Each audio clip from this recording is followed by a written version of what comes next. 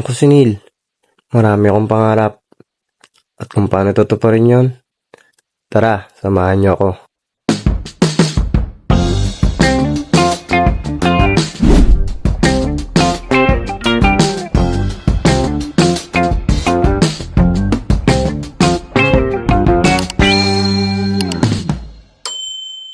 So, mga kailang, no? Andito naman tayo, Japang, oh. Shoutout sa mga tropa namin yan. Ayun nga pala, payday na namin, napaaga. Ito, payslip ko. Yan, Neil. Payslip ko napaaga. Kasi, nagbabakasyon ngayon dito. Yung araw ng mga patay. So, wala kami pasok mula bukas hanggang Biyernes, tapos Sabado, Linggo. Bali, 5 days, wala kami pasok. Dapat sa Webes pa ako sa sahod eh. So, ngayon, mag-withdraw tayo. Tapos mag-withdraw, magpapadala na din tayo, no? Kasi wala nang gatas, panggatas yung mga anak ko. So, base muna tayo.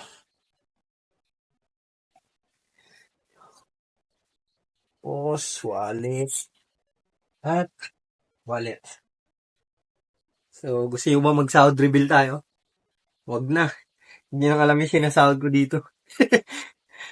Dati, paisip natin. Tingnan natin magkano sinahod ko.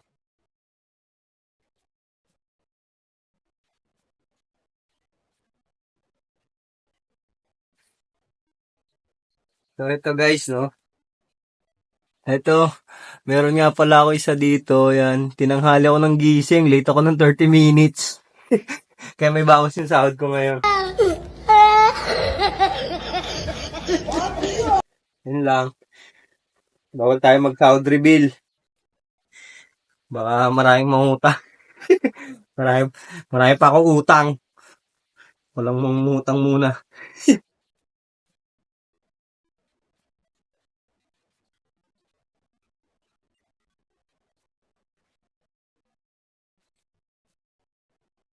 So, tara na. Mag-withdraw tayo. Let's go. So, punta muna tayong bangko. Mag-withdraw tayo. Ay, di pala bangko, ATM machine. Kasi katabi lang din ng bangko yung ATM machine eh.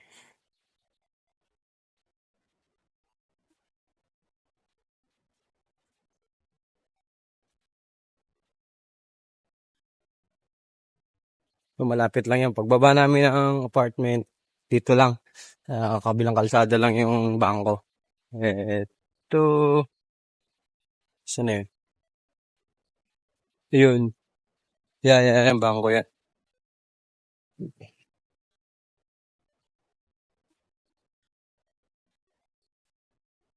Tabid tayo. Bawal basta-basta tumawid dito unless naka-red light yung...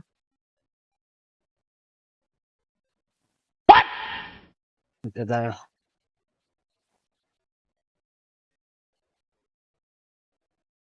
So, ito yung bangko guys. Yan. Dahil pala tayo dyan. So, nakapasok na tayo guys na magwi-withdraw tayo ngayon. So, pindutin lang natin to. Totoo may dashimas na to.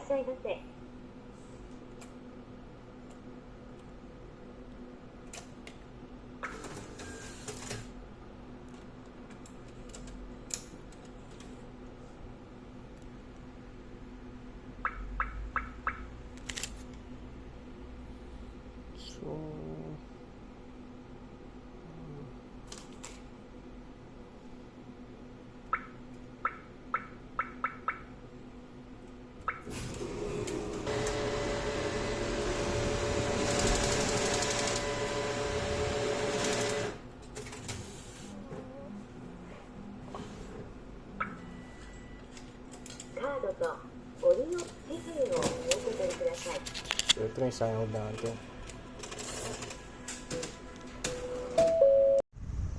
So yung guys, nakapag-withdraw na tayo. No? Punta naman tayo ng 7-Eleven. Naglakad lang pala ako ngayon kasi pagod lang mag-bike. Sakit ang tuhod ko. Medyo umedad na tayo. So malapit lang din yung 7-Eleven. Ito yung bangko yan. Ngayon maglalakad naman tayo pababa. Kasi doon yung bangko, 7-Eleven.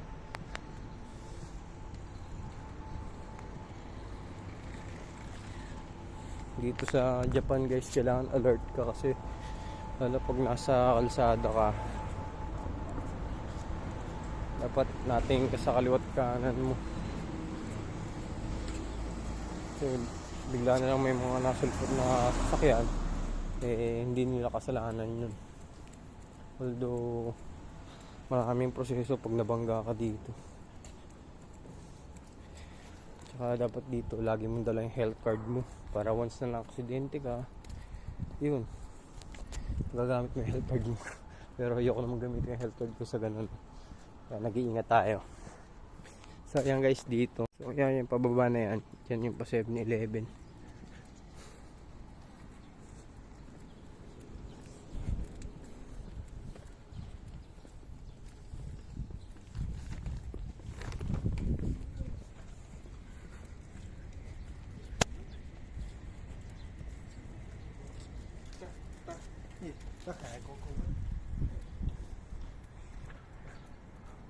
Piling ko ni Honji mo yun. Yan, nga pala yan, yung nabanggit ko kanina. Ano ngayon sa kanila, araw ng mga patay simula bukas. Ayan.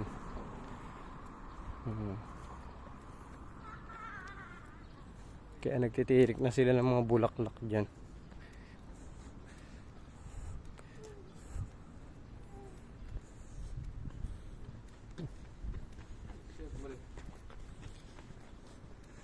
So yan, pagbaba mo dyan, yan. Pwede ka dito sa kanan, pwede ka naman dumiretso dun. Pero dito na ako para mas mabilis niya sa bababa na yan. 7-Eleven na yan guys, pagbaba dyan.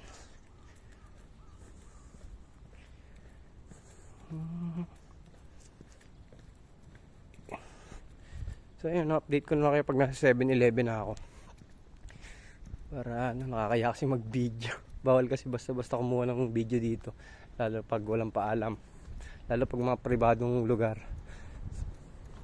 So yun lang no. So ayun yung 7-Eleven guys, malapit na tayo. Ay, nakikita nyo ba yan? 7-Eleven yun. Sa Smiles kasi ako nagpapadala. Kasi pag sa remittance, medyo malayo yung mga remittance dito. Tsaka medyo komplikado. Nahirapan ako, kaya ito kasi yung pinakamabilis. May data ka lang, tapos alam yung gagawin mo, saglit lang. So bibigyan na ulit tayo pagpasok sa loob no? So ito, magpapadala na tayo. So lagyan natin yan dito.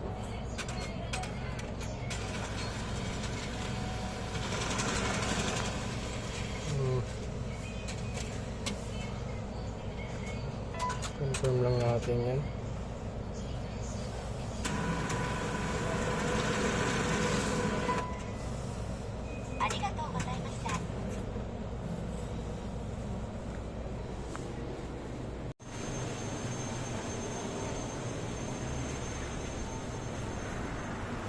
So yung guys, nakapagpadala na tayo. So uwi na tayo no. Ayun, ganun lang kabilis. Wala pang 3 minutes. Pagpadala na tayo. So mga delay lang yun ng mga 15 to 20 minutes. Marireceive na nila yun. So yun lang muna sa ngayon no. Shoutout pala sa mga kaibigan natin tsaka sa mga pamilya natin dyan sa Pilipinas. Okay na okay tayo dito sa Japan. Huwag kayong mag-alala sa amin. Tsaka sa mga kapwa Pinoy natin dito, keep safe tayo lagi dito. God bless. Bye bye.